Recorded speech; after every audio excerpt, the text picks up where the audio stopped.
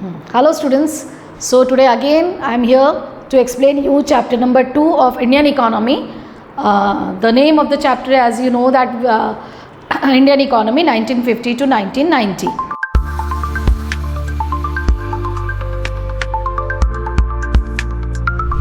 Before this chapter we should have a quick recapitulation of our previous chapter which we have already done. All of you know that when India got independence, that time the country of the conditions of the country was not very good. You have already done that agriculture sector, they were facing a lot of problem. Industrial sector, small scale industries and handicraft industries were closed down. There was merely one or two large scale industries in our country, and foreign trade India was net exporter of the raw material and importer of the finished goods. So all this we have done, infrastructure development and all this. So when we got independence, after that the government of India had a responsibility to take care of the country in a proper economic way, so that the GDP of the country grow, because we know that the growth rate of GDP was merely 2% and per capita GDP was only 0.5%. So because of that there was a team being made. So after independence there was a planning commission set up, and in that planning commission what was being done, let us see first. The planning commission has to first take the decision that what type of economic system we should adopt. All over the world different economic system works. So there are three main economic system: capitalist, socialist and mixed economy. So for that reason the government of India has to decide that what type of economic system would be suitable for our country. And we took the examples of many countries, and we were not in favor of that type of economy which is completely governed by the government.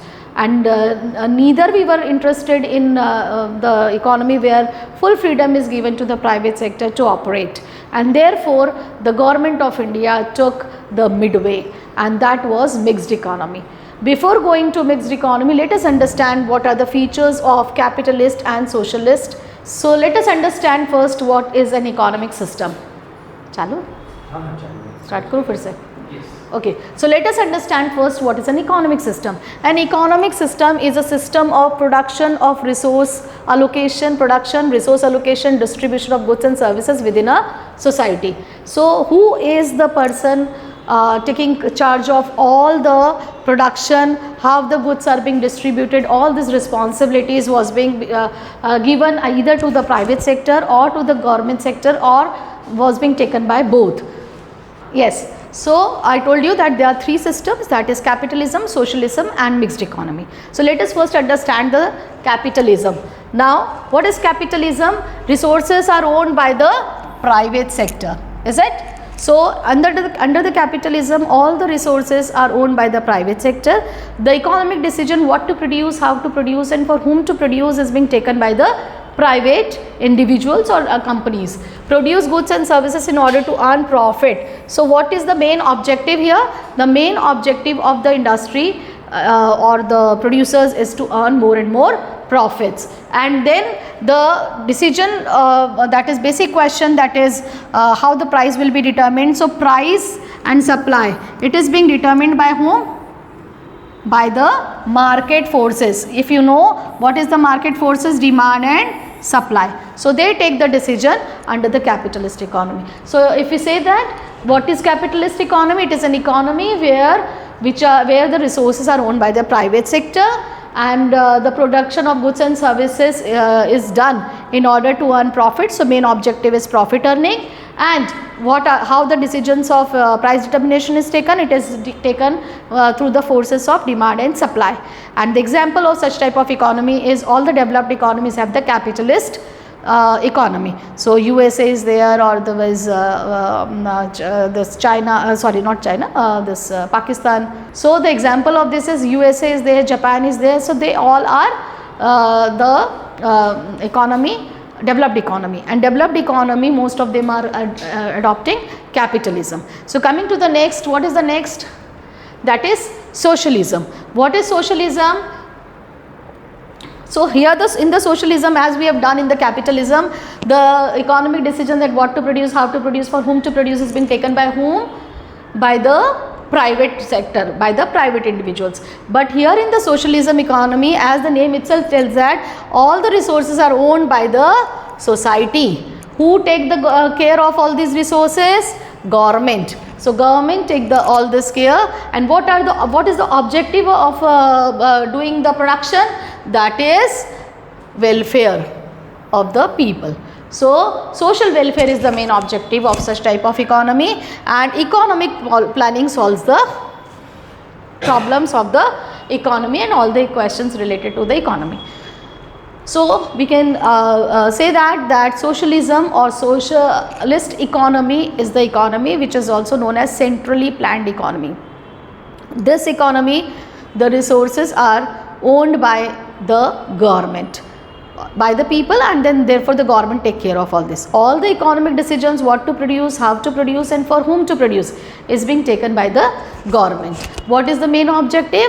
The main objective is social welfare. Okay, how the price is determined? The prices are determined by the government itself. So that is the socialist economy.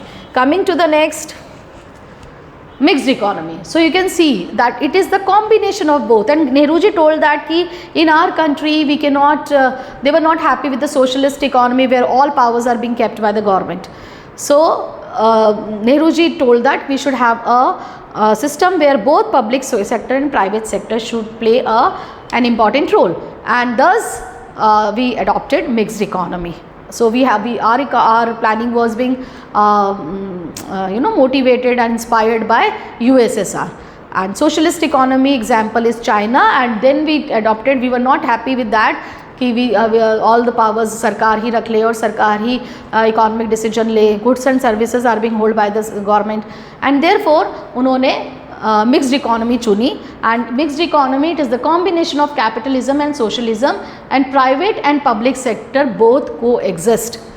What are the features of this economy if we talk about? So already we have done that in the previous, that what was the objective. So capitalist economy, the objective was profit maximization, and socialist economy was social welfare. So mixed economy is the combination of both, hence the objective is also profit making after doing the social welfare, or profit maximization through social welfare was the main objective. That was the mixed economy which we adopted. Now what was the reason behind adoption of mixed economy? Economic condition of India was backward. All of you know that when we got independence, in our previous chapter we have already done that the people were very poor, education literacy rate was very low, people were not enough literate to take care of their own rights. So there was a need of the government support. So the economic condition was backward at the time of independence, and therefore we wanted both private sector and public sector work together to take care of the country. Socialism was adopted as our social goal. It is not that we have not adopted socialist economy, so the government will ignore the society. No, that was the main goal, that is socialism. We should take care of the society. The government was responsible for taking care of the society, and therefore you will do in the further chapter that the government whatever policy was being adopted, उसमें भी सरकार ने major role public sector के पास रखा था ताकि ज़्यादा से ज़्यादा सोशल वेलफेयर हो सके. Then India became democratic country and people had to be given the right to own resources. फिर हमारा जो कंट्री था वो डेमोक्रेटिक है, तो इस वजह से ये भी ज़रूरी था कि सरकार सारे राइट्स नहीं रख सकती है, रिसोर्सेज प्राइवेट सेक्टर को भी देना होगा. तो if the question is that why India adopted mixed economy, so these are the three reasons. That is, we were at the time of independence, India was a backward country. There was a need of the special government care, so we could not give it completely to the private sector. Then second was there that socialism was a national goal, so the government had to play an important role in the making of our country, economic development of our country. And the last was there that India is a democratic country, hence there was a requirement that the power or the ownership of the resources have to be given to the private sector. So that was there. Now Then Government of India adopted economic planning. What is economic planning? So for economic planning, there was economic planning means like how we have to move, what would be the long term objective, what would be the short term objective, how would we plan the production, consumption and distribution. For all this decision, there was a need of a full team, and therefore Planning Commission was being set up. Planning Commission was set up in year 1950. In 1950, Planning Commission was set up and to formulate plans in India, and the chairperson was Prime Minister. And here we have to know, we need to know that in 2015, this Planning Commission is being replaced with Niti Aayog. What is the full form of Niti? That is National Institute for Transforming India. And the last 5-year plan, the first 5-year plan was there in 1951, and the last 5-year plan was 2012 to 17. After 17, now the Niti Aayog take care of all the planning. Coming to the next, what is a plan?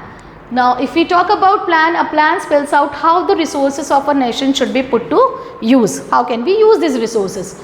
Planning in India is borrowed from the then Soviet Union, the pioneer in national planning. I told you that we adopted this mixed economy, and the planning ke jitne bhi most of the things, if you see, it is being inspired by then Soviet Union, USSR.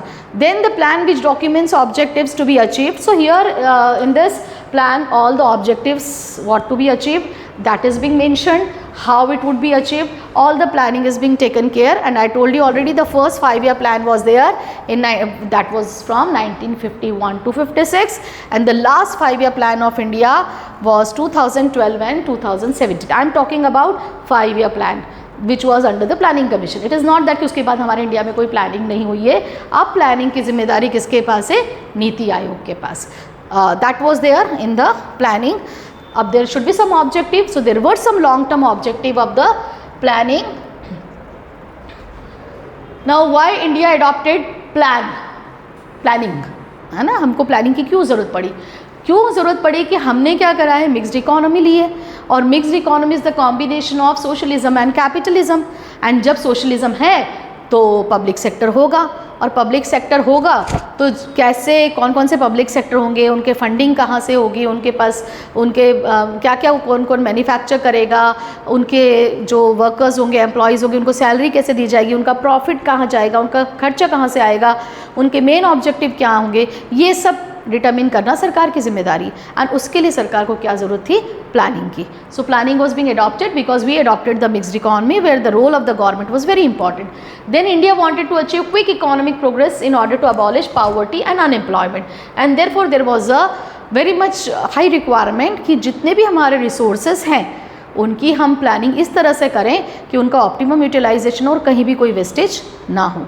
फिर India wants the equitable distribution, है ना. आपको बताया कि हमने गरीबी के figure नहीं किए हैं, लेकिन if you see the poverty was very rampant, very high alarming rate was there of poverty at the time of independence. Nearly 35 to 36% of the people were below poverty line, and because of this reason what happened, that the government has to take care of the poor people, and for that equitable distribution was very important, and for that the government has to play an active role, and for playing the active role, planning is required.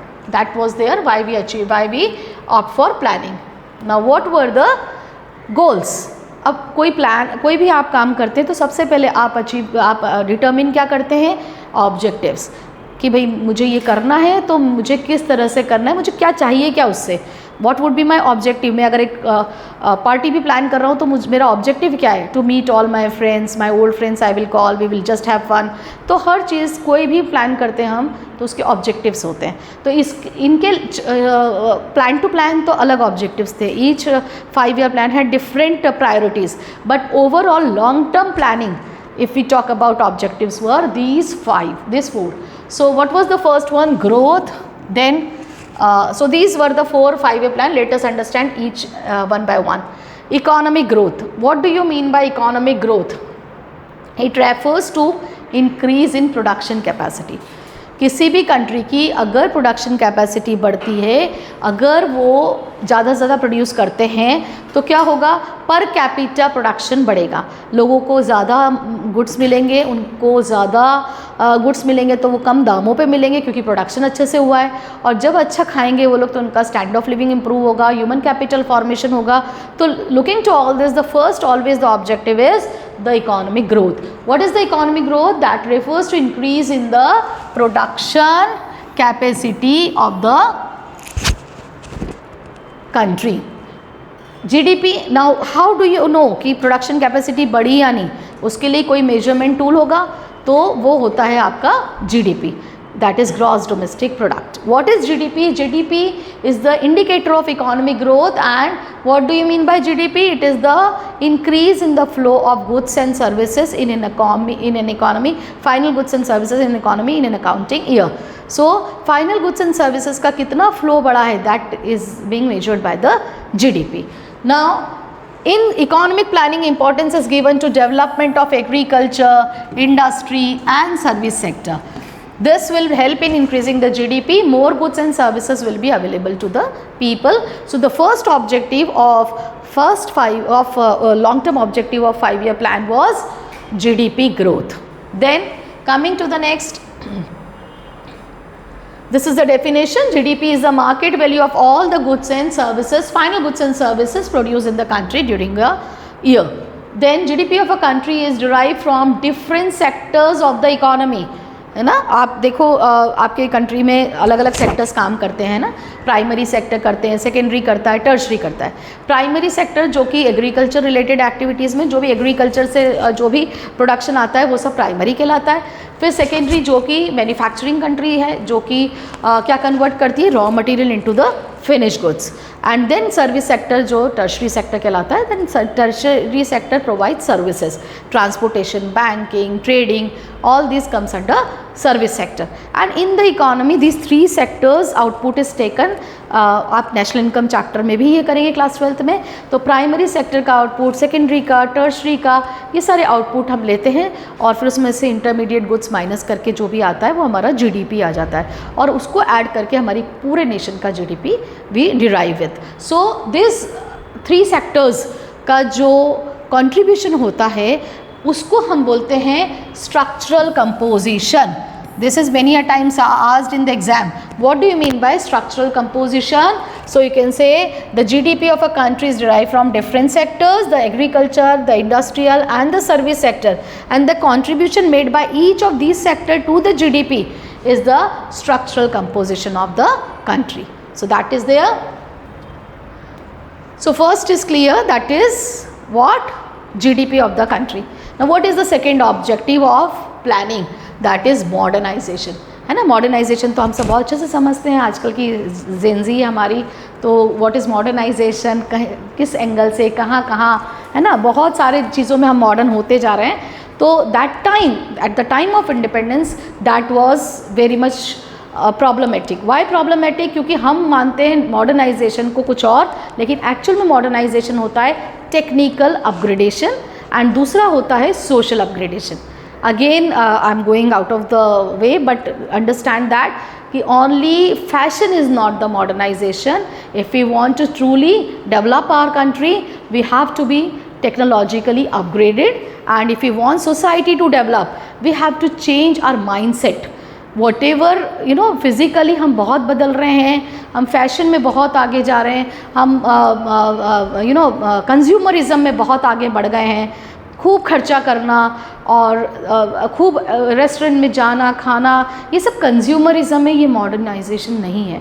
Modernisation होता है जब हमारा per capita electricity consumption बढ़ जाए, जब हमारा per capita technology consumption बढ़ जाए, तब हम बोल सकते हैं. And definitely India is digital India, and now you can, we are very happy that even the thela wala, you know, they are also able to use all QR code, और ये सब समझ रहे हैं, सीख रहे हैं, इनके ऑनलाइन बैंक अकाउंट्स हो गए हैं, ये ऑनलाइन पेमेंट्स ले रहे हैं. तो yes, India is towards the modernisation. So that time, that was also important to keep this as an objective, and modernization was one of the objective, long-term objective of 5-year plan. And in this modernization, I told you 2 types of modernization is there. What is there? What is there? That is technological upgradation and social modernization. So if we talk about, it refers to adoption of modern technology, new methods of production. आपको बताया कि हमारा agriculture output and production productivity बहुत लो था, तो ज़रूरत थी कि हम एग्रीकल्चर में क्या करें, मॉडर्न टूल्स एंड इक्विपमेंट्स लाएं और फिर ग्रीन रिवॉल्यूशन किया गया। ऐसे ही इंडस्ट्रियल सेक्टर हमारा बहुत वीक था, कैपिटल गुड्स इंडस्ट्रीज़ नहीं थी, लार्ज स्केल इंडस्ट्रीज़ नहीं थी, तो ज़रूरत थी कि हम उसमें भी हेवी इंडस्ट्रियलाइजेशन करें, हेवी गुड्स बनाएं, जैसे कि आयरन, स्टील, आयरन है, स्टील है, कोल है, पेट्रोलियम का प्रोडक्शन के लिए हमें जगह ढूंढनी चाहिए थी। And Trombay is the place where we are having a large reservoirs of petroleum also. And then capital goods industries like tools and equipments like Hindustan motors and tools है। ऐसे ही मोटर्स एंड टूल्स की इंडस्ट्रीज़ को ज़्यादा से ज़्यादा बढ़ावा दिया जाए। So all these are the part of the modernization, that is increase in the capital goods industries and modern industries. And what is the second part of it? That is modernization also refers to modernization of society. All of you know that gender equality still exists in our country. आज भी इतना हम पढ़े लिखे हैं, सब है, लेकिन आज भी आप अगर आपके घर में देखेंगे तो major decisions are always taken by the male member. Even if the lady is earning, even if she is contributing equally in the finances, in domestic chores, but still the decision taking power is held with male. So again I am telling कि gender equality का मतलब आप women को नौकरी पे जाने दे रहे हो, that is not there. जब आप उसको फाइनेंशियल इंडिपेंडेंसी दोगे कि वो अपने फाइनेंसेस को खुद संभाल सकती है, वो खुद डिसीजन ले सकती है, देन द मॉडर्नाइजेशन कम्स, है ना। लेकिन अभी तो फिर भी ठीक है, much better, but that time पर्दा सिस्टम वॉज देयर और child marriage was there, very early age the women were get married. We have already done that. Female literacy rate was only 7%. तो लड़कियों को पढ़ने भेजना भी एक बहुत बड़ा प्रॉब्लम था दैट टाइम। तो modernization means we have to remove from, that is condition of women should improve, social evils should be abolished, है ना। कई सारे सोशल एविल्स होते हैं, जैसे कि फिर विडोरी मैरिज चालू हुई, और child labour is not good, और child marriage is not good, all this purdah system is not good. तो हमको इन सबको भी छोड़ के आगे बढ़ना था, and therefore modernization was one of the objective. Coming to the next objective, so modernization we have done, that is technological upgradation, and social upgradation is modernization. Coming to the next objective after modernization it is self-reliance. And you know that Modi government has introduced the program also, that is Make in India. Why it is so? Why it is not made in India, it is Make in India. हमारे यहाँ आज भी manufacturing sector, industrial sector, आज इतने साल आज़ादी के हो गए, लेकिन तो भी हमारा इंडस्ट्रियल सेक्टर उतना अच्छा डेवलप नहीं हुआ है। कारण कि हम लोग रिस्क टेकर्स बहुत ज़्यादा नहीं हैं। हमारे इंडियंस को ज़्यादातर नौकरी पसंद है ना, कि हमें बस फिक्स सैलरी मिल जाए और हम आराम से जिए। लेकिन जब हम लोग मैन्युफैक्चरिंग में उतरेंगे, जब हम लोग प्रोडक्शन करना शुरू करेंगे, तो हम खाते पीते तो सब गुड्स एंड सर्विसेज हैं, कंजम्पशन तो सारा गुड्स का है। मोस्ट ऑफ द थिंग्स हमारे ज़्यादा से ज़्यादा डिमांड गुड्स से पूरे होते हैं। तो वो जब गुड्स कोई प्रोड्यूस ही नहीं करेगा तो definitely we will have to import तो many of the goods, and जब हम इम्पोर्ट करेंगे तो क्या होगा, हमारा वैल्यूएबल फॉरेन एक्सचेंज बाहर जाएगा। तो ये बहुत ज़रूरी है कि हमारा मैन्युफैक्चरिंग सेक्टर डेवलप हो, और जब मैन्युफैक्चरिंग सेक्टर डेवलप होगा तभी हम सेल्फ रिलायंट होंगे। एंड सेल्फ रिलायंस का मतलब है कि most of the things which we were importing we should start producing ourselves, and that was the main objective at that time कि हम जो भी goods बाहर से import कर रहे थे हम अपने आप बनाएं। तो that was the main objective of self reliance, and let us see what is self reliance. So self reliance means dependence on domestically produced goods, मतलब कि हमको जो भी गुड्स हमारी ज़रूरतें हैं हम अपनी की कंट्री में प्रोड्यूस करें, उसके लिए हम दूसरे देशों पर निर्भर नहीं रहें। आपको बता दूं मैं कि जब हमारा देश आज़ाद हुआ उसके काफ़ी सालों तक हम यूएसए से फूड ग्रेन्स भी इंपोर्ट करते रहे, तो दैट वाज वेरी बैड। अगर आप कंटिन्यूसली किसी कंट्री से या फिर कुछ भी वजह से आप डिपेंडेंट है किसी कंट्री पे, स्पेशली फूड ग्रेन से के लिए, तो बहुत हाई प्रोबेबिलिटी है कि आपके इकोनॉमिक डिसीजंस में भी ये कंट्री इंटरफेरेंस करना शुरू कर देगी, और sovereignty of the country is at the risk, and therefore there is a requirement of self reliance as one of the main objective of the planning of the country. So that was their dependence on other countries for food and other essential commodities may harm our freedom to take independent decisions, and therefore I told you that Indian sovereignty will be vulnerable to foreign interference. And we already कहते ना दूध का जला छाछ भी फूक कर पीता है, तो हमने तो वैसे ही ईस्ट इंडिया कंपनी को ट्रेडिंग के लिए बुलाकर हमने गुलामी सही थी। तो अब ये समय नहीं था कि हम फिर से डिपेंडेंट हो जाएं दूसरी कंट्रीज़ पे फूड और एसेंशियल कमोडिटीज़ के लिए। तो फिर इसीलिए हमने क्या रखा, सेल्फ रिलायंस, कि जो ज़रूरी सामान है वो हम खुद प्रोड्यूस करेंगे, will not be dependent, otherwise there will be foreign interference in our routine decisions. Then self reliance will generate employment opportunities also, because when we will do self reliance तो बहुत सारा प्रोडक्शन होगा, manufacturing industries होगी और industries होंगी तो employment generate होगा। Also efforts to achieve self with the help of the growth of home industries. So that was the objective of the self reliance. Again the question is many times asked that why the self reliance is very important. So I told you 3 reasons that if we want to be independent, if we want then it is the responsibility of the government कि जो भी goods and services है essential वो हमारे citizen को provide करे, और वो कब होगा, जब वो मैन्युफैक्चर होगा कंट्री में। और अगर हम सेल्फ रिलायंट नहीं हुए तो बहुत ज़्यादा पॉसिबिलिटी होती है कि हम लोगों की पॉलिटिकल डिसीजंस में फॉरेन इंटरफेरेंस चालू हो जाता है, and it is a risk to our sovereignty. Hence self reliance is very important for a country as an overall objective. Then equity. Now what is equity? Equity is not that कि हमने सबको जो काम नहीं कर रहे हैं उनको भी आप पैसा बांटो, है ना। इक्विटी का मतलब है जो जितना काम कर रहा है, इक्विटेबल डिस्ट्रीब्यूशन, उसको उतना दो। एंड हमारे इंडिया में क्या होता है कि larger portion of the cake is being capped by the capitalist. अभी की बात बता रही हूँ मैं, है ना। आज भी क्या होता है कि आप अगर फैक्ट्री चलाते हो तो लेबर्स को सैलरीज और वेजेस देने में बहुत प्रॉब्लम है।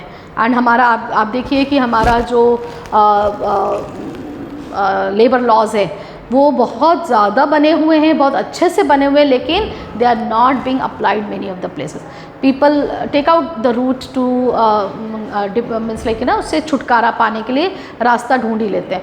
तो लेबर्स को जो फ़ायदा होना चाहिए, एक्चुअली कोई भी फैक्ट्री, कोई भी इंडस्ट्री किसकी वजह से चलती है? डेफिनेटली आपका फाइनेंस है, आपका एक्सपर्टीज़ है, लेकिन अगर लेबर नहीं काम करेगा तो ये चीज़ें नहीं होंगी। तो ये हमें समझना होगा और लेबर को उनका सही हक देना चाहिए।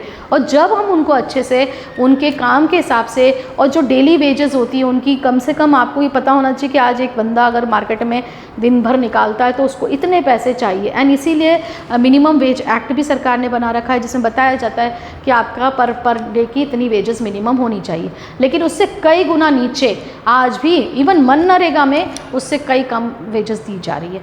तो एनीवेज इसके लिए कुछ नहीं किया जा सकता, क्योंकि India is such a vast country. किया जा सकता है आप लोगों के थ्रू, आप जो कल की जनरेशन हो, आप जो कल आने वाला फ्यूचर हो, आप जो आने वाले इंडस्ट्रियलिस्ट हो, there should be some sensitivity towards the labour class. तो जब हम लेबर क्लास को ढंग से सैलरीज वेजेस देंगे, then there will be equity in the country. So equity is the another objective, and how equity, socialism is one of the main objective of our country, and social welfare is one of the main objective of the planning. And therefore ये ज़रूरी है कि जो gap है rich and poor की, उसको क्या किया जाए, कम किया जाए। And the gap between the rich and poor can be done by the government by keeping it as the main objective. Now how does the government do that, आप आगे जाके चैप्टर में करेंगे कि गवर्नमेंट के पास फिस्कल टूल्स होते हैं। तो गवर्नमेंट क्या करती है, हाई टैक्सेस इम्पोज करती है रिच क्लास पर, और सब्सिडाइज्ड वे में फूड है, एजुकेशन है, हेल्थ सर्विसेज से लोअर इनकम ग्रुप को देती है। लोअर इनकम ग्रुप को हम लोग बोलते हैं BPL families, below poverty line families. So that way the government can plan the several programmes for the poor people. कई सारी स्कीम्स, कई सारे प्रोग्राम्स, कई सारे प्लान्स, कई सारी सब्सिडी प्लान की जाती है, ताकि इन जितने भी BPL फैमिलीज़ हैं उनके पास ज़्यादा डिस्पोजेबल इनकम बचे फॉर अदर वर्क। तो उनको generally most of the things, आप देखो गवर्नमेंट, आप जाइए हॉस्पिटल में तो आपको पता है कि बहुत कम पैसे में एक से एक एक्सपर्ट डॉक्टर मिल जाते हैं। आप एजुकेशन इंस्टीट्यूशंस देखेंगे आप, तो जो टीचर्स वहाँ हैं वो बहुत हाई क्वालिटी की एग्ज़ाम्स पास करके ही वहाँ पर जॉब में आ पाते हैं। तो they are giving the quality education, and the fee and all this of educational institution is very low. So that way the government achieve the objective of equity. Is that clear? Now in all nutshell we can say that the planning commission was being set up, and then planning commission के ने overall objective रखे, 4 objective रखे, growth, modernization, self reliance and equity, and the government then started the remaining work, that is then individual plans were made, and individual plan had individual priorities, like first 5-year plan agriculture growth and development, second industrial growth and development, then alleviation of poverty, and the last plan which was 12th 5-year plan, it had the this inclusive growth, that is हर तबके की growth, that is her तबके की मतलब देश के every corner में growth का पहुंचना ज़रूरी था, तो that was the inclusive growth was the objective of 12th 5-year plan. But anyways these all details are not there, but you should understand that all 5-year plans के क्या होता है, उसके ऑब्जेक्टिव्स क्या हैं, एंड सरकार उसे कैसे अचीव कर सकती है. Yes. So now the next topic of the chapter which we are going to study is land reforms in India, the debate over subsidies and the green revolution. Now what do you mean by, all of you know that कि जब हमने देश आज़ाद हुआ था तो हमने previous lecture में जो हमने पढ़ा था फर्स्ट चैप्टर में कि agriculture was at vulnerable situation, farmers की स्थिति अच्छी नहीं थी, zamindari system was very bad where the tenants were evicted from their lands और exorbitant rent was being taken and the revenue was very high. All this we already had done. Irrigation facilities very poor, monsoon oriented agriculture we had, many a times the crops failed, famines rampant was also there, so the condition of farmers was not good, forced commercialization, and ये सब we have done. Now therefore there was the first step which was taken in the reforms, was the reforms for the agriculture sector, and therefore it is known as land reforms. So what were the land reforms taken at the time of the first policy being adopted by the government. ये अभी हम क्या कर रहे हैं कि हमारा जो पहला चैप्टर था कि ये कंडीशन थी भारत की, अब हम कर रहे हैं 1950 से 1990 तक कौन कौन सी पॉलिसीज़, कौन कौन से प्लान्स सरकार ने अपनाए जिससे कि हमारी कंट्री की ग्रोथ रैपिडली हो सके. तो हमने जो अभी करा कि पहले तो प्लानिंग कमीशन बनाया गया, फिर उसके बाद उनके मेजर ऑब्जेक्टिव्स रखे गए, अब इम्प्लीमेंटेशन चालू हुआ तो पॉलिसीज़ बनाई गई. अब हम पढ़ेंगे कि इंडस्ट्री के लिए क्या पॉलिसी बनाई, एग्रीकल्चर के लिए क्या पॉलिसी बनाई और फॉरेन ट्रेड के लिए क्या पॉलिसी बनाई, जैसे हमने फर्स्ट चैप्टर में करा था स्थिति का. अब यहाँ पर हम चल रहे हैं उनकी पॉलिसी. तो एग्रीकल्चर सेक्टर के लिए 2 तरह के रिफॉर्म्स होते हैं, एक तो आता है लैंड रिफॉर्म और दूसरा आता है टेक्निकल रिफॉर्म्स. ना what is land reforms? Land reforms में क्या किया जाता है, फार्मर की कंडीशन को इम्प्रूव किया जाता है, और टेक्निकल रिफॉर्म्स में क्या किया जाता है, ज़मीन की कंडीशन को इम्प्रूव किया जाता है. तो आपने अभी देखा होगा कंटेंट में कि हमने कहा है कि land reforms and then I told you green revolution. तो लैंड रिफॉर्म्स किस लिए थे कि फार्मर्स जो कि सालों से एक्सप्लॉइट किए गए थे, जिनके पास उनकी खुद की ज़मीनें नहीं थी, इन सब को उनकी स्थिति को सुधारा जाए. ओके. एंड जो टेक्निकल रिफॉर्म्स है वो ग्रीन रिवॉल्यूशन के थ्रू लेंगे हम, that is we will do detail in the green revolution technical reforms. So first we are coming to the land reforms. Land reforms refers to the steps taken to provide ownership right to the real tillers. So who are the tillers of the soil? जो कि खुद खेती करते हैं, है ना, वहाँ पर फसल हार्वेस्टिंग करना, ग्रो करना, ये सारा जो काम रहता है, जो मेन फील्ड पर काम करते हैं वो टीलर्स ऑफ द सॉइल कहलाते हैं. लेकिन जब ब्रिटिश सिस्टम था तो ज़्यादा से ज़्यादा ज़मीनें किसके पास थी, ज़मींदारों के पास थी, लैंडलॉर्ड के पास थी, और किराए से देकर फार्मर से क्या करवाते थे, टिलिंग ऑफ द सॉइल करवाते थे. अब देखिए आपकी धूप में, बरसात में, सब में काम कौन कर रहा है, फार्मर. और जब फसल तैयार हो जाती थी तो उसका majority was being taken as a rent by the landlord, and farmers के लिए कुछ थोड़ा बहुत दिया जाता था. और फिर इसके बाद लॉ भी करा, जब हमने लैंड रिफॉर्म्स करे तो लॉ बनाया गया कि आप जो रेंट है वो आप 1/5 से ज़्यादा नहीं ले सकते. जो भी आपका टोटल आउटपुट हुआ है एग्रीकल्चर आउटपुट, उसका 1/5 you can charge as a rent, not more than that. So many laws were being made by the government of India, and land reforms were being taken up. So first was there that ownership, the land was taken to provide ownership rights to the real tillers. तो government ने बोला कि जितनी भी ज़मीन है जिस पे जो एक्चुअल फील्ड पे जो काम कर रहा है, जो किसान है, जो फार्मर है, उसको वो ज़मीन उसी को दे दी जाएगी, उसी के नाम पर ओनरशिप टाइटल्स चले जाएंगे। Then second, the land tenure system introduce by the colonial government, zamindari system वो अबॉलिश हो गया। तो second was the abolition of zamindari system. Now the government had direct contact with the farmers and जो भी tax revenue लगता था वो government ही लेती थी एंड जमींदार्स को जमींदारी सिस्टम अबॉलिश कर दिया गया। Then these intermediaries did not take any step to increase, because क्यों करा ऐसा, क्योंकि वो एग्रीकल्चर प्रोडक्टिविटी के लिए कोई स्टेप नहीं लेते थे, सारा पैसा रख लेते थे। ना उन्होंने कभी इरीगेशन फैसिलिटी का डेवलपमेंट किया, या फिर बॉर्डर बनती है, या फिर वेल्स ट्यूबवेल्स लगाना, कैनाल करना, इन सब में किसी में भी वो कंट्रीब्यूट नहीं करते थे। कौन? Zamindar. So the zamindari system was abolished. Our agriculture sector was in a backward condition, so land reforms were needed and it was being taken. So what was the land reforms taken? Under permanent settlement, the land was owned by the zamindars. The peasants who cultivated those lands have to pay rent. As I told you कि वो जितना भी produce होता था उसका major part as a rent कौन ले लेता था? जमींदार। तो ये immediately after independence zamindari system was abolished, तो ये अबॉलिश कर दिया गया, पहला स्टेप।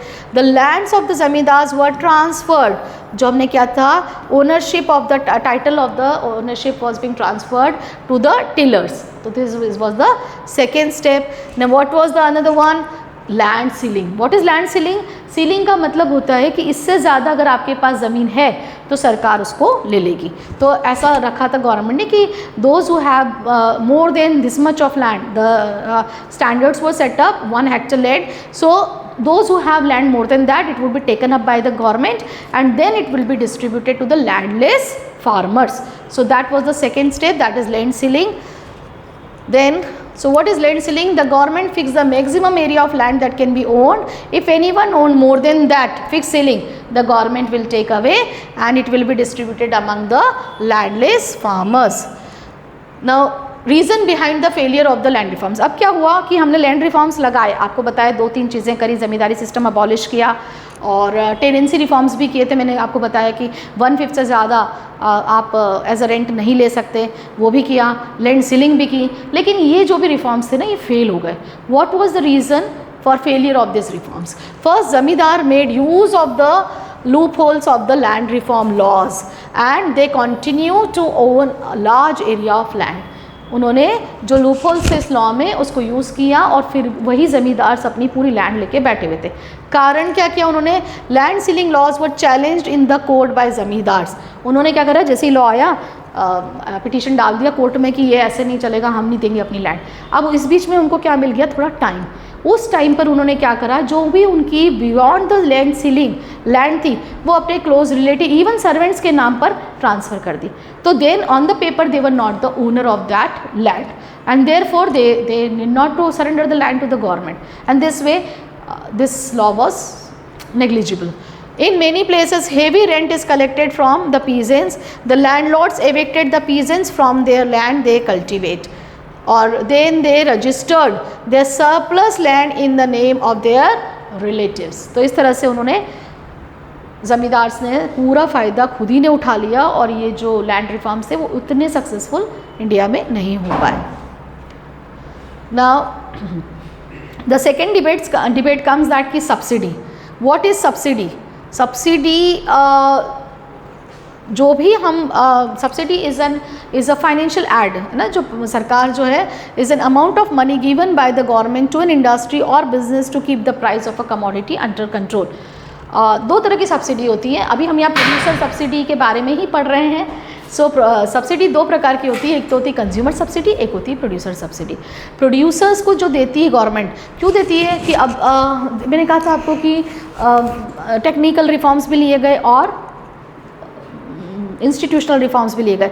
तो इंस्टीट्यूशनल रिफॉर्म्स हो गए। अब टेक्निकल रिफॉर्म्स में सरकार ने क्या करा कि लोगों को मोटिवेट करना था, फार्मर्स को, कि भाई आप फर्टिलाइजर्स यूज़ करो ताकि आपकी प्रोडक्टिविटी लैंड की बढ़े। अब ये फर्टिलाइजर्स सरकार चाहती थी कि किसानों को सस्ते दामों पर मिल जाए। क्यों सस्ते दामों पे? क्योंकि किसानों के पास इतनी कंडीशन नहीं थी कि वो फर्टिलाइज़र खरीद के इतनी लैंड पर अपने यूज़ करते। तो उन्होंने क्या करा, सरकार ने सब्सिडी फर्टिलाइजर इंडस्ट्री को दी। मतलब मान लीजिए कि अगर आपका यूरिया का एक बैग जो है आपका फॉर एग्जांपल 100 रुपीज़ का आता है, तो सरकार बोलती है कि फार्मर्स को आप ये 80 रुपीज़ में दो, 20 रुपये की हम आपको सब्सिडी देंगे। किसको?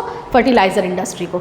तो वो जो भरपाई है शॉर्ट प्राइस की वो कौन कर देगी? सरकार। And that is known as subsidy in layman language. So subsidy is given to the producer. और अभी तो आप देखिए कंज्यूमर सब्सिडी भी है। कंज्यूमर सब्सिडी में क्या है? आप सब लेते हैं LPG, है ना। सरकार चाहती है कि एनवायरनमेंट पोल्यूशन ना हो, तो वो चाहती है कि हर कोई क्लीन एनर्जी यूज़ करें, LPG यूज़ करें। और जो लोग नहीं कोप अप कर सकते हैं हाई प्राइजेस, तो गवर्नमेंट ने बोल रखा है कि हम सब्सिडी दे रहे हैं। तो आप अगर सिलेंडर लेते हैं गैस का, LPG सिलेंडर का, तो उस वक्त तो आपको प्राइस पूरी देनी पड़ती है, लेकिन आपके अकाउंट में उसकी सब्सिडी आ जाती है।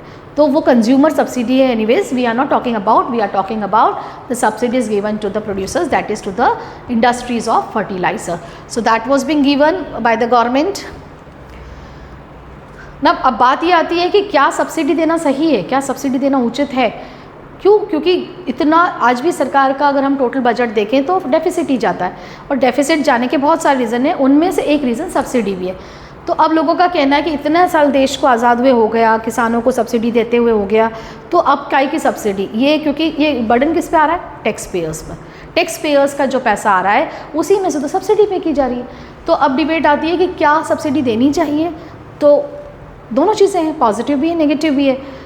नहीं देनी चाहिए। क्यों? क्योंकि एक तो हमारा फिजिकल बर्डन बढ़ जाता है, it is a burden on the government exchequer and the government has to pay it, so therefore they increase the taxes. अगर बर्डन जितना बढ़ेगा उतना टैक्स रेट बढ़ जाता है, तो टैक्स पेयर्स को बुरा लगता है कि भाई हमको कितना कब तक बर्डन दोगे, बंद करो इसको सब्सिडी को। तो सब्सिडी के लिए एक डिबेट आती है कि the farmers now all are being developed and इतने साल दे दी subsidy, now they can make the market payment to the fertilisers and subsidy को हटा लिया जाए।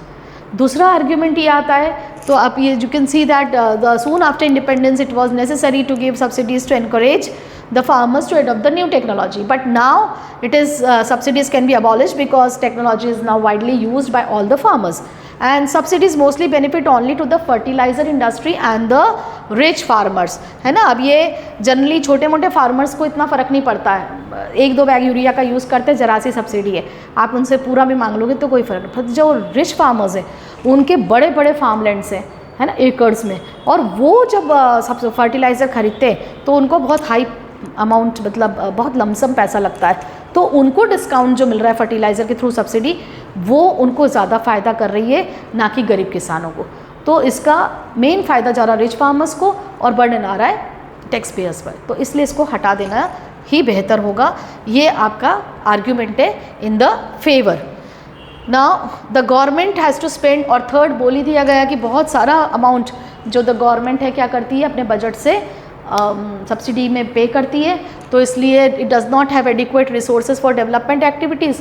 आपका पैसा सब्सिडी में लग रहा है, अगर ना लगे तो उससे कहीं ना कहीं डेवलपमेंट एक्टिविटीज़ हो, पावर प्लांट्स बन जाए, इंफ्रास्ट्रक्चर, कई जगह पर आज भी ट्रेन अवेलेबल नहीं है तो रेलवेज़ का डेवलपमेंट हो सकता है, रोड नेटवर्क कई जगह पर वीक है, इलेक्ट्रिसिटी के पावर टावर्स नहीं है, कम्युनिकेशन टावर्स नहीं, तो उन सब पे काम किया जा सकता है rather than subsidy.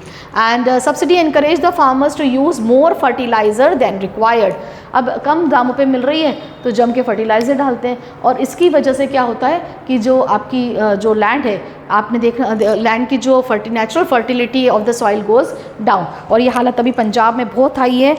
If you सी पंजाब में बहुत high doses of fertilizers are being given to the land, क्योंकि लैंड की फर्टिलिटी अब धीरे धीरे कम हो गई है।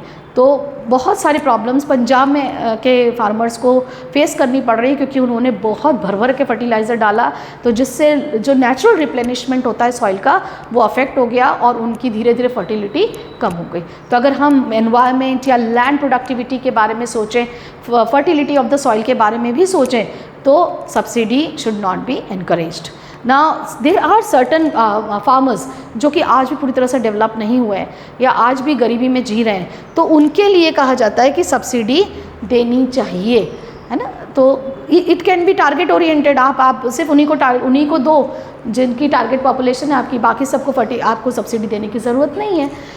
Farmer in India is risky, farming is risky, subsidies are needed to encourage the farmers to take the risk, and most of the farmers are poor and they cannot afford the agriculture inputs without subsidies.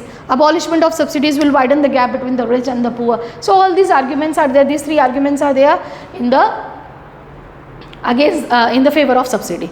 तो you have to write down कि yes subsidy should be abolish because बहुत सालों से दे रहे हैं, major इसका benefit जा रहा है रिच फार्मर्स को और फर्टिलाइज़र इंडस्ट्रीज़ को, और सरकार के जो एक्सचेकर है, सरकार का बजट है, उस पर भी बर्डन आता है, और इस पैसे को हम कहीं और डेवलपमेंट एक्टिविटीज़ में लगा सकते हैं, तो इसे हटा देना चाहिए। और हाँ, अगर आपको चिंता है पुअर फार्मर्स की, तो आप उन लोगों को, जैसे हम आपने देखा होगा BPL फैमिलीज़ को राशन वगैरह सस्ते दामों पे देते ही है ना, राशन शॉप के थ्रू, अब फर्टिलाइज़र को भी इस तरह से राशन के थ्रू राशनिंग कर दो, तो जो गरीब फार्मर है वो, उसके पास BPL कार्ड हो गई, वो जाके आराम से फर्टिलाइज़र पर भी सब्सिडी ले लें। तो ये जो रिच फार्मर्स है, जो उनको फ़ायदा हो रहा है, कम से कम उनका बर्डन टैक्स पेयर्स पे नहीं आएगा, गवर्नमेंट बजट पर नहीं आएगा। So that way you have to give complete argument in relation to subsidy. So now coming to the green revolution. आपको पता है ग्रीन रिवॉल्यूशन मतलब आपको वर्ड इटसेल्फ से पता चल रहा होगा, ग्रीन एंड देन रिवॉल्यूशन। तो हरित क्रांति बोला जाता है इसमें। क्रांति कब होती है, किसी भी चीज़ को हम क्रांति कब कह देते हैं, जब बहुत बम्पर रिजल्ट आए। तो ये ग्रीन रिवॉल्यूशन ऐसा था कि हम जहाँ पर USA से फूड ग्रेन्स इंपोर्ट करते थे, बम्पर क्रॉप हुई हमारी वीट और राइस की, and therefore it made us food secured nation. So that has contributed, green revolution has contributed very well to the country's economy at that time. So let us understand what was the green revolution. Now if we talk about the green revolution, the breakthrough of India, that India achieved in the production of food grains, particularly rice and wheat, ये दो staple crops पे, आपको पता है what is staple crops, जो कि mainly कुछ states में यही खाया जाता है, मेन क्रॉप यही है। तो जितना भी नॉर्थ है यहाँ वीट है, और जितना भी साउथ एंड ईस्टर्न एरियाज़ हैं यहाँ पर राइस है। तो वीट और राइस के लिए ये बहुत ज़्यादा सक्सेसफुल रहा। कैसे सक्सेसफुल रहा कि due to the adoption of HYV. What is HYV? High yielding variety seeds and technology. It was being used and therefore it is known as green revolution. Production of food grain increased enormously and India achieved the self-sufficiency in food production. फिर अब हमको कहीं भी food material कहीं से भी import करने की ज़रूरत नहीं थी, हम सेल्फ रिलायंट हो गए। एंड ये किसकी देन है? ग्रीन रिवॉल्यूशन की। So that was the green revolution. अब ये ग्रीन रिवॉल्यूशन दो फेज़ में लगा था। फेज़ 1 था ग्रीन रिवॉल्यूशन का, so it was in phase 1, ये था 1960 से मिड 60 से mid 70। I think it is not visible, so you can write on your own. So it was visible in 1960s to 1970s, and phase 2 was there in mid 1980s, 70s to 1980s. So दो phases में इसको लगाया गया था। अब आते हैं कि इसका बेनिफिट क्या था। अब जब ये ग्रीन रिवॉल्यूशन लगाया गया था तो शुरू में लिमिटेड स्टेट्स में लगाया गया था और लिमिटेड क्रॉप्स पे लगाया गया था। जो लिमिटेड स्टेट्स थे वो क्यों लिमिटेड थे? क्योंकि ग्रीन रिवॉल्यूशन में केमिकल फर्टिलाइज़र यूज़ की गई, और केमिकल फर्टिलाइज़र को क्या चाहिए? बहुत पानी चाहिए। तो this was successful only in those areas where there was enough of irrigation facilities. So हर जगह ये सक्सेसफुल नहीं हो पाया। इनिशियल स्टेज पर ये दो ही क्रॉप पे लगाया, वीट और राइस पर, और बाद में धीरे धीरे और क्रॉप्स को इंक्लूड किया गया। तो इसके क्या बेनिफिट्स हुए और क्या, we will understand the points in favour and against of green revolution. Coming to the first benefits, agriculture output increase enormously. I told you, जो हम USA से इंपोर्ट करते थे वो बंद हो गया, हम सेल्फ रिलायंट हो गए। Income of the farmer increase, भाई बढ़ेगी ना, जब आपका प्रोडक्शन बढ़ेगा, प्रोडक्टिविटी बढ़ेगी, तो फार्मर्स की इनकम भी बढ़ गई। एंड पावर्टी लाइन के जो नीचे थे कुछ फार्मर्स अबव पावर्टी लाइन आए। India could achieve self sufficiency in food grains, famines could be avoided, है ना। आई टोल्ड यू कि अगर आप देखोगे 1920s में 30s में फेमाइन बहुत कॉमन होता था, लगातार 3 साल तक बारिश ही नहीं होती थी। फेमाइंस बड़े बड़े गाँव में, पूरे गाँव 3-3 4-4 गाँव में फेमाइंस होता था। पर फूड सिक्योरिटी होने की वजह से सरकार क्या कर सकती है? बफर स्टॉक रख सकती है, and that could be used during the famines. So अब famines could be avoided. The government could collect huge quantities of food grain from the farmer and maintain a buffer stock. Buffer stock समझते हैं आप लोग? जब भी सरकार excess food grains होता है मार्केट में, उसको अपने पास स्टॉक में रख लेती है, और एक तो आपका जो पब्लिक डिस्ट्रीब्यूशन सिस्टम है उसके थ्रू गरीबों को, BPL फैमिलीज़ को राशन के थ्रू देती है, और दूसरा क्या करती है सरकार, इस बफर स्टॉक का कभी कोई इमरजेंसी आ जाती जाती है, फूड स्टॉक की कमी, फेमाइंस वगैरह, तो तब इसे यूज़ करती है। Then fertilizer industry is developed and it provided employment to many people. तो ये सब फ़ायदे हुए ग्रीन रिवॉल्यूशन के। तो फिर ग्रीन रिवॉल्यूशन के हम अगेंस्ट में पॉइंट कहाँ लिखेंगे, क्योंकि ग्रीन रिवॉल्यूशन तो अच्छा था, लेकिन अभी हम पढ़ते हैं कि किस मामले में वो अच्छा नहीं था। तो green revolution benefited only to the farmers, the new technology was expensive, और जो मार्जिनल और स्मॉल फार्मर्स थे they not have money needed to adopt it. तो most of the marginal farmers जिनके पास लैंड स्कैटर्ड है, फ्रेगमेंटेड है, land size ही छोटा है, वो ये मॉडर्नाइजेशन ऑफ एग्रीकल्चर में का पार्ट नहीं ले पाए और जनरली वो वहीं ही रहे, they were below poverty line. Then green revolution was limited to few crops only like wheat and rice, so that was only limited to this, and HYV seeds were not available for many crops. And the third is use of, this is the most important, use of chemical and over irrigation resulted in the degradation of soil. मतलब fertiliser जब use हुई तो उन्होंने क्या करा,